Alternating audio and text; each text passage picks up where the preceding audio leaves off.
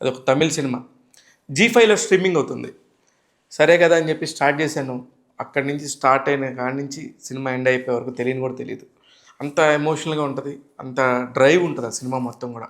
ఎందుకంటే ఆయన చెప్పిన కథలో ప్రతి ఒక్క దగ్గర కూడా జైల్లో ఉండే నిబంధనలు ఏంటి, ఆ జైల్లో ఒక రిమాండ్ ఖైదీని కోర్టుకు తీసుకెళ్లేటప్పుడు సివిల్ పోలీసులు వచ్చి ఆ జైల్లో ఉన్న ఖైదీని బయటికి తీసుకొని ఈ సివిల్ పోలీసుల సంరక్షణలో కోర్టుకు తీసుకెళ్తారు. ఇది అందరికీ తెలిసినట్టే ఉంటుంది కానీ బట్ చాలా లోపలికి వెళ్ళి చూస్తేనే చాలా విషయాలు తెలుస్తాయి. ఇలాంటి ఒక ఉంటుంది. అంత కొంతమంది ఉంటారు పోలీసులో కూడా, చాలామంది చాలా మంచిగా ఉంటారు. ఆ మంచిగా ఉండే వ్యక్తే హీరో గారు చేసిన విక్రమ్ ప్రభు. విక్రమ్ ప్రభు చాలా గతంలో కూడా అనేక సినిమాల్లో నటించారు. ఎప్పుడు కూడా ఇంత పేరు ప్రఖ్యాతులు రాలేదు. చాలా డీసెంట్గా, చాలా డిగ్నిఫైడ్గా, హీరోయిజం ఎక్కడ లేదు. ఒక క్యారెక్టర్లో అలా ఉండి శ్రీనివాస్ అనే ఒక పోలీస్ కానిస్టేబుల్ ఎలా ఉంటాడో ఆ కానిస్టేబుల్ పాత్రలో ఎంతవరకు తను చేయగలడు అనే దాని మీద పర్ఫెక్ట్గా చేశాడు. చాలా అంటే చాలా నచ్చింది.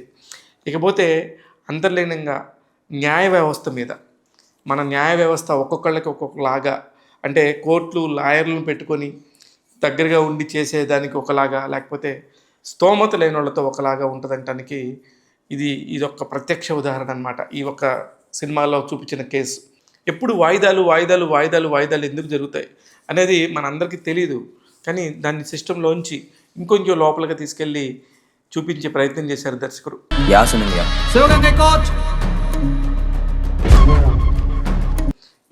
కొత్త ఒకటే పాయింట్, ఒక చిన్న ప్లాట్ లాగా ఉంటుంది. ఒక క్యూట్ లవ్ స్టోరీ, ఒక పల్లెటూరులో జరిగే ఒక లవ్ స్టోరీ.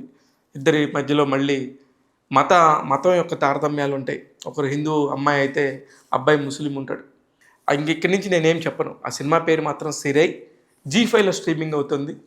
తమిళం, తెలుగు అలాగే మలయాళ భాషలో కూడా స్ట్రీమింగ్ అవుతుంది. సిరై సినిమాకి ట్యాగ్ తెలుగు ఇస్తున్న రేటింగ్ 3.5 out of 5. నేను మీ శివమల్లాల.